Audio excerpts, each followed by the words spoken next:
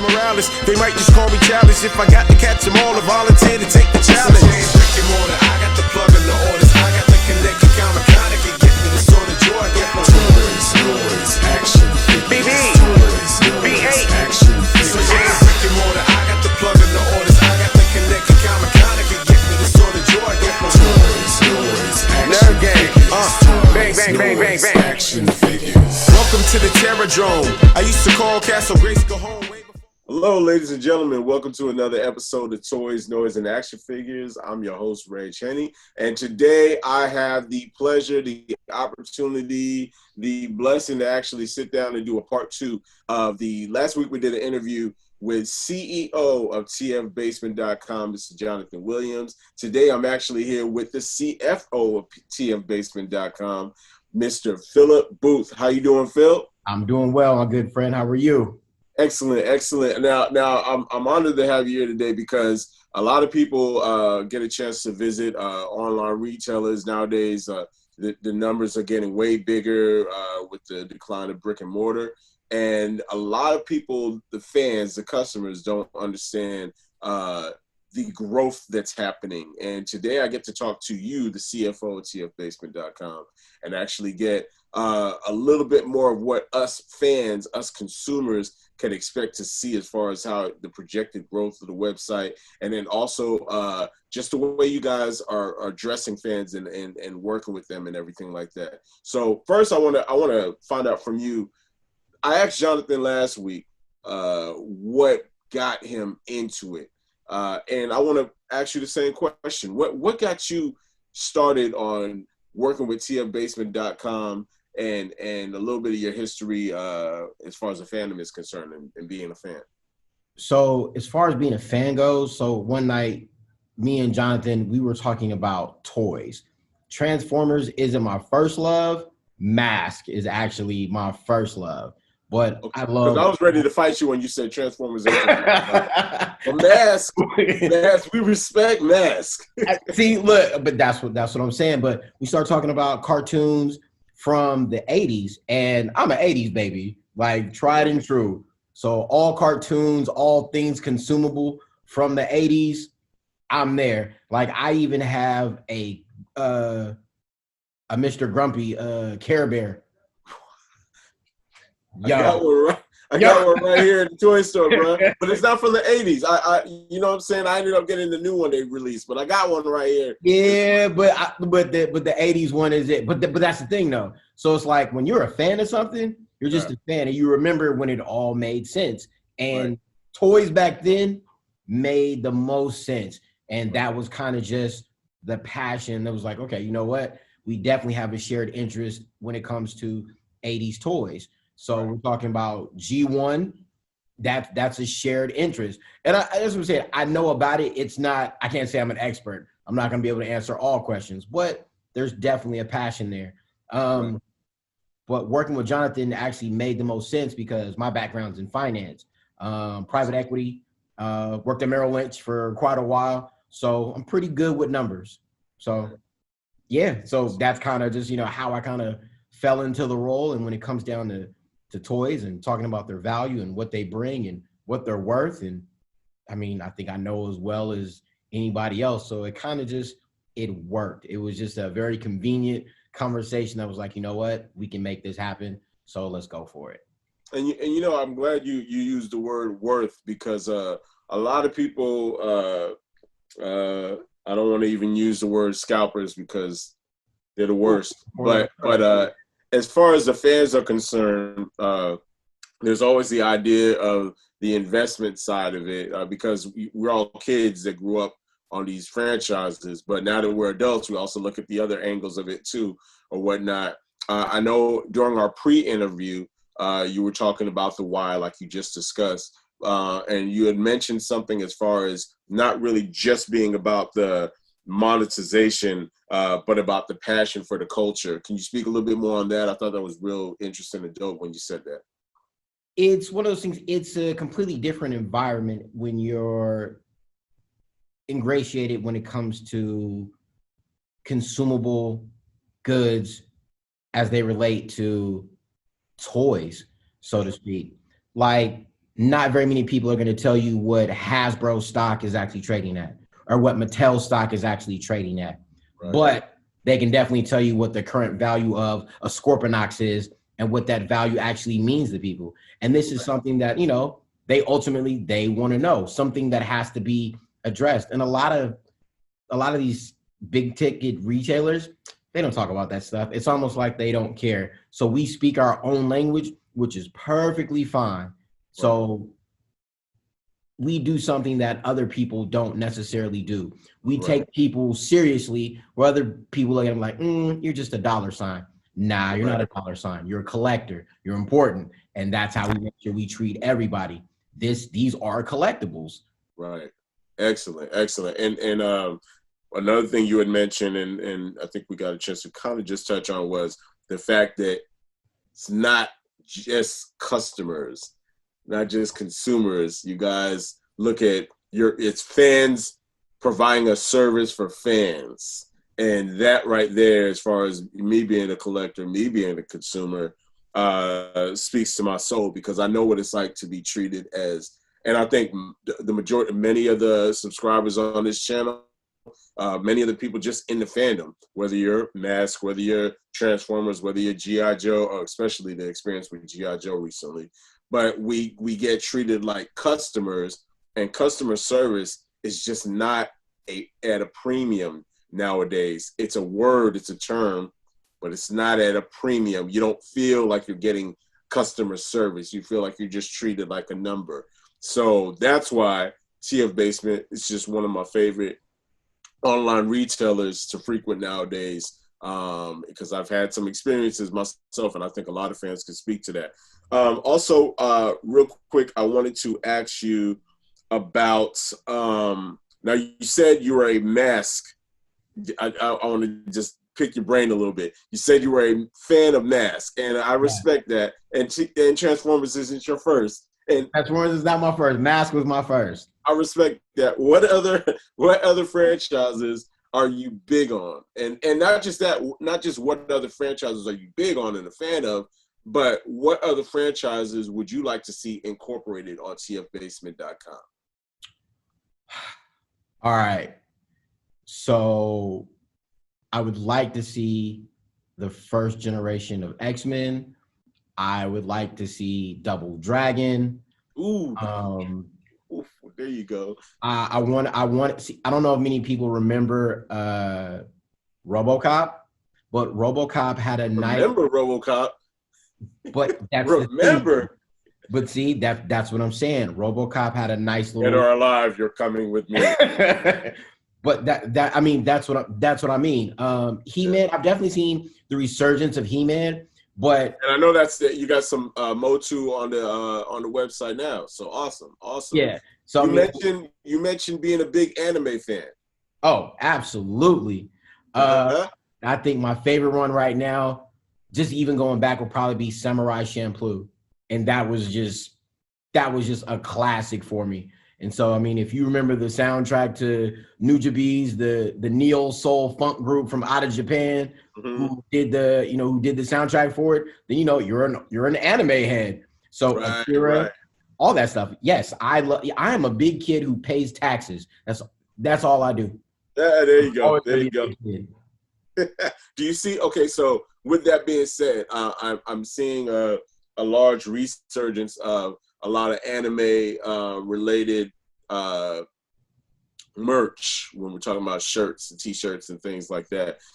Do you see TF Basement incorporating more merch? I know you guys got some awesome collectibles and actual toys themselves, and especially new releases and coming soon. But do you see an opportunity as far as projected growth, bringing in other merch and things like that that fans love? So we'll have an opportunity to bring in more merch. The issue with bringing in anime comes down to licensing.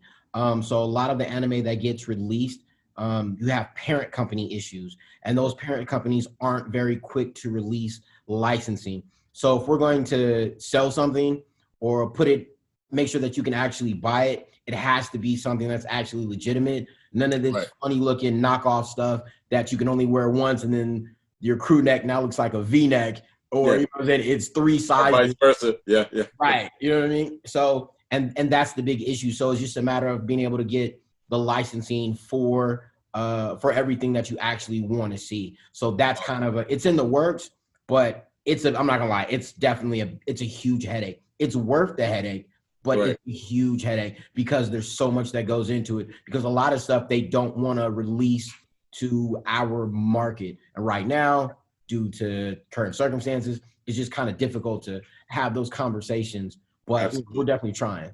I also like that you touched on the legitimacy of it and the licensing of it, because I know I got a chance when I talked to Mr. Williams, the CEO, last week.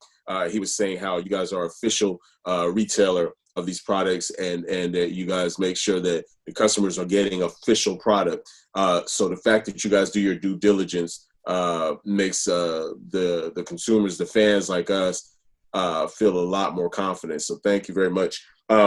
Speaking of, now that we mentioned anime, and you're talking about the logistics of servicing the different fan bases, international fan bases, you guys are getting a lot of traction with a lot of overseas markets and a lot of overseas fans. Can you talk a little bit more about that and you guys' dedication to making sure they can get product too?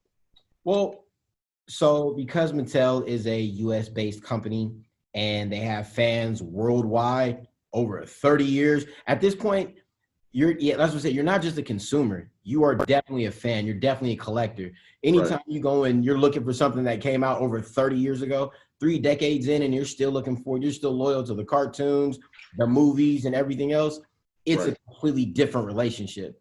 So our goal is to make sure that we can actually reach out and touch the people who aren't necessarily being touched, because our resources are aplenty, and we want to make sure that we can bring what we have to everybody else. So if you're down in New Zealand, if you're down in Australia, if you're in the UK, hey, we are doing our best to make sure that you still have the same things available to you that we have to us. I feel like it's only fair because no one's trying to help them.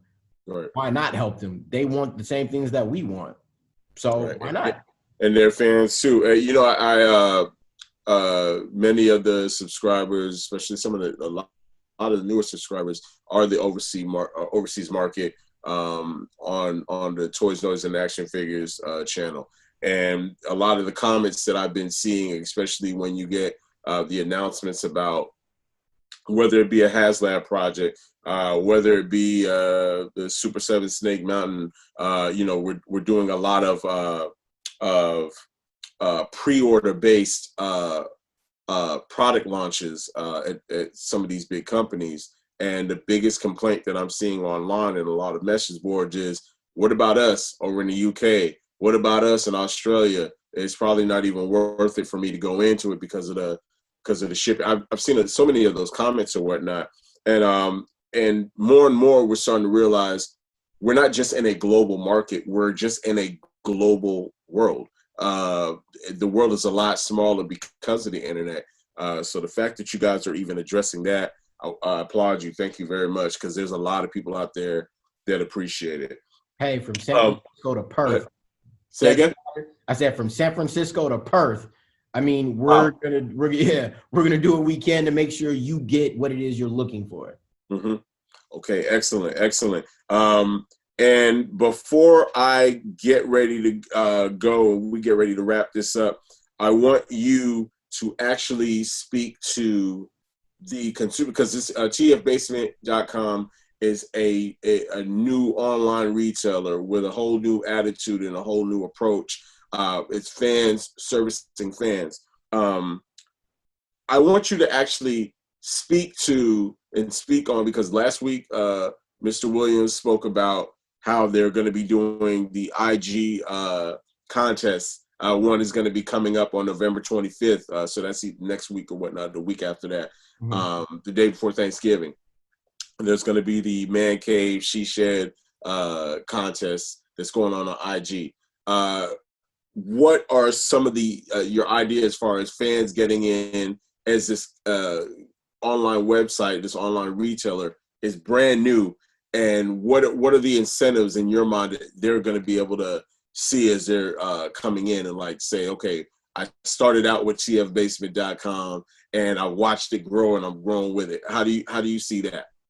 So for those who started off with this first, we will be able to provide some discounts, and sometimes we're probably just going to give stuff away. We're always going to reward loyalty. And I feel like some of the other big ticket places, they don't necessarily reward loyalty. And we know our consumer. We know what you want. We know that there are certain things that you are looking for. So if we have them, we might as well just go ahead and give them away. It's not like I'm saying, okay, I need money from you. No, I need you to be happy with me. I need you to come back and say something nice about me being nice to you. Everybody's got an incentive to be mean. We don't want that. That's not us. We want to help the people who help us. Like my very first toy, a friend of mine gave it to me. My parents didn't go out and buy it. It was given to me. So it actually, I think we all have stories like that too. Yeah. Yeah, exactly. So even as an adult, if it's better for me to go ahead and give something to you, I don't need to take anything from you. All I want you to do is smile and be happy about it. Just take it and enjoy it.